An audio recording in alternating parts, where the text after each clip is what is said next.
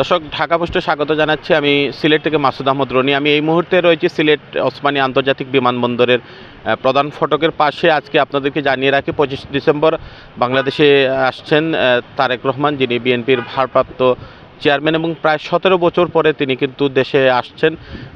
এই তাকে বহনকারী বিমানটি যুক্তরাজ্যের হিথ্রো এয়ারপোর্ট থেকে এই গত রাত 12টা 15 বাংলাদেশ সময়ে যাত্রা শুরু করেছে এবং সেটি সিলেট হয়ে ঢাকায় পৌঁছানোর কথা রয়েছে। আজকে দুপুরে ঢাকার 300 ফিট এলাকায় তারেক রহমানকে গণসংবর্ধনার আয়োজন করেছে বাংলাদেশ জাতীয়তাবাদী দল বিএনপি। RICL TMX, যুগের পর যুগ স্থাপনা থাকে মজবুত। উপলক্ষে হচ্ছে যুক্তরাজ্য থেকে যে বিমানটি আসছে সেটি সিলেটে 1 ঘন্টার একটি ট্রানজিট করবে।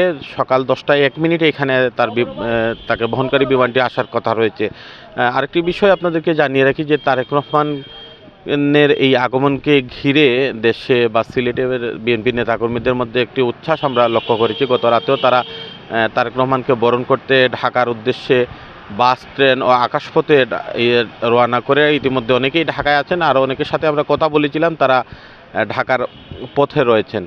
যে বিষয়টি জানাতে চাই, সিলেট ওসমানী আন্তর্জাতিক বিমানবন্দরে সকাল থেকেই কিন্তু নিশ্চিদ্র নিরাপত্তার ব্যবস্থা করা হয়েছে। আইনশৃঙ্খলা রক্ষাকারী একাধিক বাহিনীর টহল আমরা দেখেছি এবং তাদের যে নিরাপত্তার ব্যবস্থা আমরা এটি লক্ষ্য করেছি। এখানে এসে নিরাপত্তাজনিত কারণে যাত্রী ছাড়া কাউকেই কিন্তু বিমানবন্দরের প্রধান ফটকের বাইরে ভেতরে যেতে দেওয়া হয়নি এবং সাংবাদিকদের প্রধান ফটকের বাইরে রাখা হয়েছে।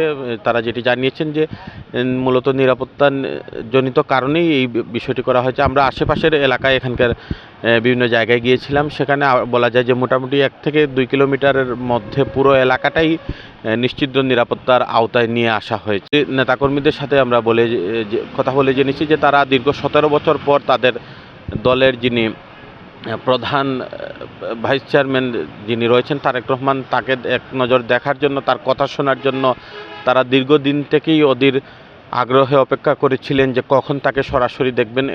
সেই উপলক্ষে কিন্তু সিলেট এবং সারা দেশের মানুষজন তারা ঢাকায় পাড়ি জমিয়েছেন, যে যার মতো করে বাস, ট্রেন, লঞ্চ এবং আকাশপথে রওনা হয়েছেন। আজকে তারেক রহমান একটু পরেই সিলেট ওসমানী আন্তর্জাতিক বিমানবন্দরে নামবেন এবং এখানে 1 ঘন্টার একটা যাত্রা বিরতি রয়েছে এবং এই যাত্রা বিরতির পরেই তাকে বহনকারী BG-202 বিমানটি ঢাকায় যাবে এবং সেখান থেকেই হচ্ছে তিনি 300 ফিট এলাকায় যাবেন বলে আমাদের কাছে তথ্য রয়েছে। এই ছিল আমার কাছে সিলেট থেকে সর্বশেষ।